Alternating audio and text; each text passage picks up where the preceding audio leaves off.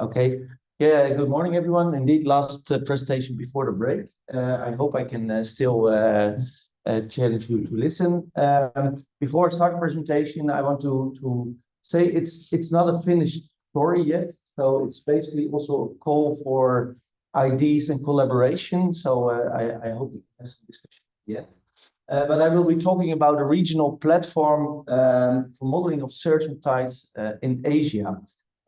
We've been doing global assessments already for some time as for Deltares, but we see also there's a need from going from these global assessments to local, and that I think it's also fits well in the theme of this year's GFP meeting. So first of all, why Asia? Well, first, I live here now, so that is one of the reasons. But also, if you look at the latest IPCC reports, and you look at the climate, the coastal risk, we see that actually Asia is one of the regions that is most affected by coastal risk, flood risk. So we see, and the magnitude of the circles indicate the number of people affected by coastal flooding into the future. So we see also. If we go into the future, that more and more people will be at risk, and Asia is one of the regions that's most at risk. And one of the reason is that there's a lot of low-lying areas in Asia that has been discussed previously, but recent studies also show that based on old data, so the STM assessments, etc., if we do a new assessment based on new LiDAR-based information, we see that we actually even overestimated the coastal level. So the new data shows that there are much larger areas within the range of 0 to, let's say, 2 to 5 meters above mean sea level. And that is, of course, quite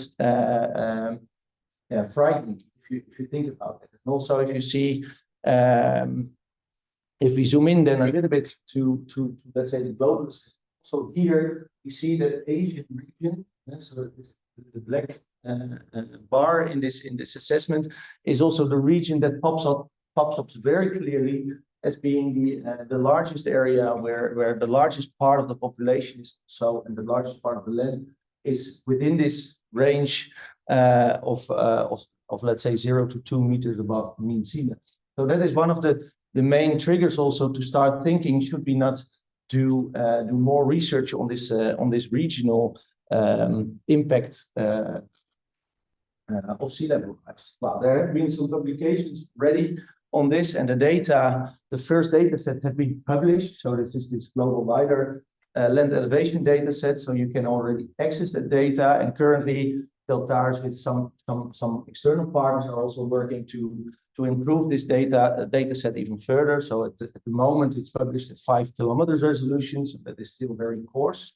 So if you talk about a very detailed flood model, of course, that's very coarse. But there's an assessment where we try to let's say upscale or downscale this estimations to make it possible to do some more detailed assessments. Of course, and that was actually this morning. I was also very interested in the presentation from Emma, because in the end it's not sea level rise, but it's the relative sea level rise that's threatening, that's causing the floods. So we have been working for many years on subsidence due to over abstraction of the groundwater, etc. But maybe we should also start thinking about adding subsidence from tectonic activities of the assessments. But in the end, all this information is very local information, and the idea is to bring all that information from the different countries together to update the assessments. Just for some people that don't know, but also Singapore is low-lying area. So also in Singapore, there's quite a big area within, let's say, 0 to 5 meters above mean sea level. So also Singapore is in need of let's say good estimations of what sea level rise will do. So that's also why we work closely together with one of the research institutes here in Singapore, TCOMS, to generate this regional platform. So where do we come from? We already have a global model, so that's the Global Tide and Search Model, GTSM. And it's quite interesting. So we use this model already also for IPCC assessments, the impact of climate change on sea level rise. We use it often to generate boundary conditions for specific studies, flood studies, for local models. We use it operationally for climate projection. The interesting thing is that basically it has no boundaries, and so it really just looks at the water mass and the gravitational impacts on the water mass. So that is the idea behind this global model. So it just looks at basically at the gravity potential that moves the water around the globe.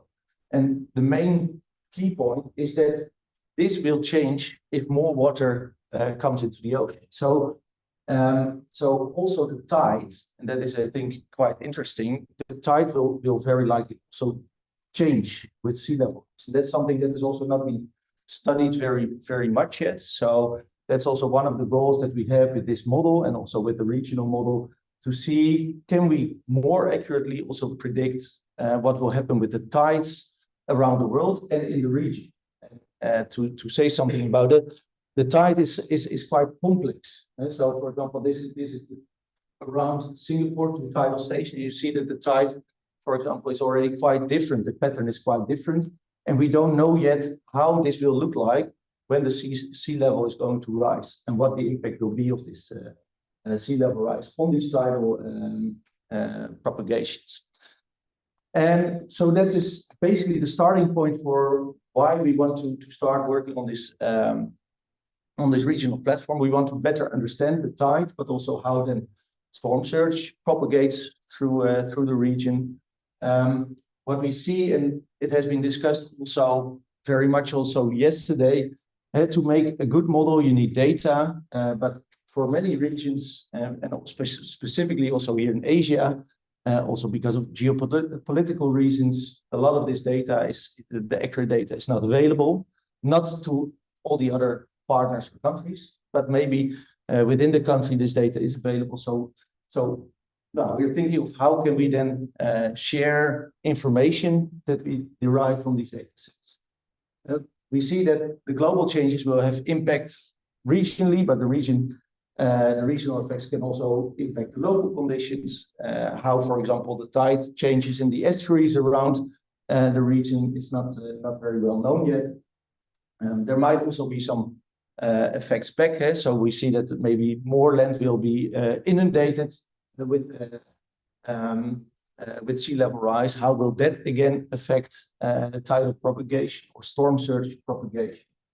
And we think that collaboration with partners in the region that know their own region very well, that know their own systems very well, is crucial to tackle this challenge.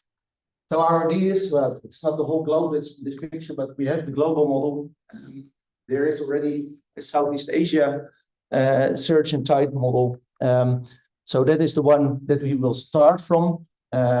We can derive some tidal statistics, where we use the tidal boundary conditions to force the model. But the idea first is to update this regional model. So it is quite a big domain, as you see, from India to Australia. So it's that is what we are talking about. We have some open boundary that we can take from the global tide and search model. But in the end, I think the most interesting one is that we see that there's a need to incorporate the real local knowledge. So we know that the different countries in the region have their own coastal models. They calibrated, they use their own data sets. And we think that by creating a platform for collaboration, we can share boundary conditions, we can improve each other's models, maybe even without sharing the actual data. And that is maybe, I think, crucial in a world where data sharing for some reasons is complex, but at least that we can share the knowledge with each other to update our projections and incorporate as much as possible the best knowledge we have. So what we are thinking of, so from our point of view, we think of sharing the models and the data products underneath. But we can also think about organizing regular user meetings here in the region, giving trainings, identifying new research questions together. But as I said, it's also an open call because we are also still looking like, what should the platform look like? Are you interested to work together on such a topic? Is that something also for DFP? So these are a little bit the questions we have. And of course, I'm very happy to hear also your thoughts on such a collaboration project and ideas. Yeah, that's it. Thank you.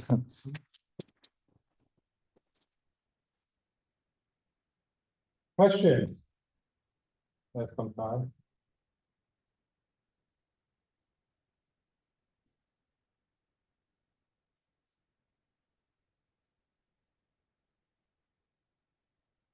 Yeah. Yeah. At the moment, it's 5.5 kilometers. Yes. Yeah.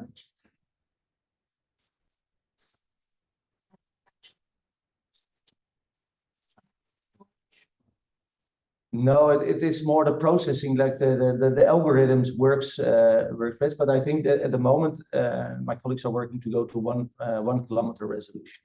Yeah, yeah. So.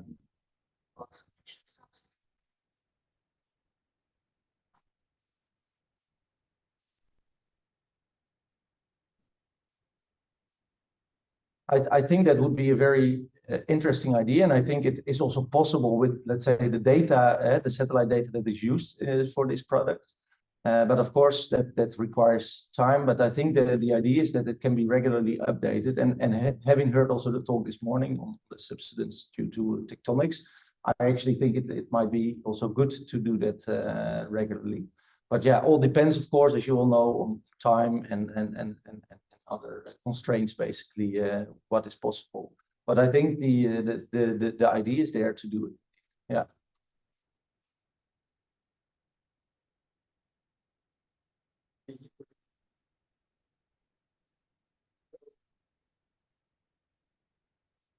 If you think about gravity,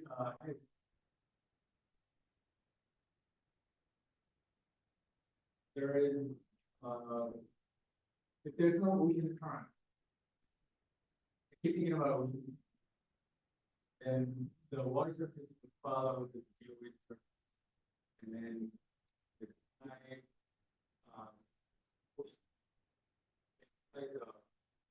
so you plan to include some observations.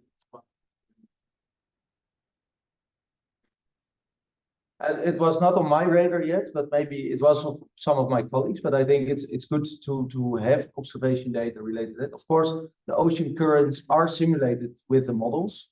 And that's also one of the questions, for example, that are there is how are the tidal currents are also going to change if the tidal conditions are changing.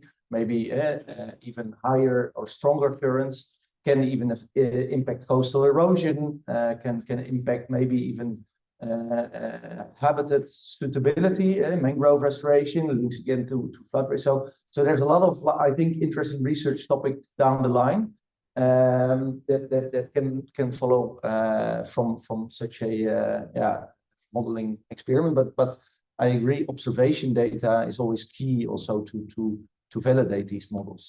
So if you have ideas about that, happy to hear also. Yeah.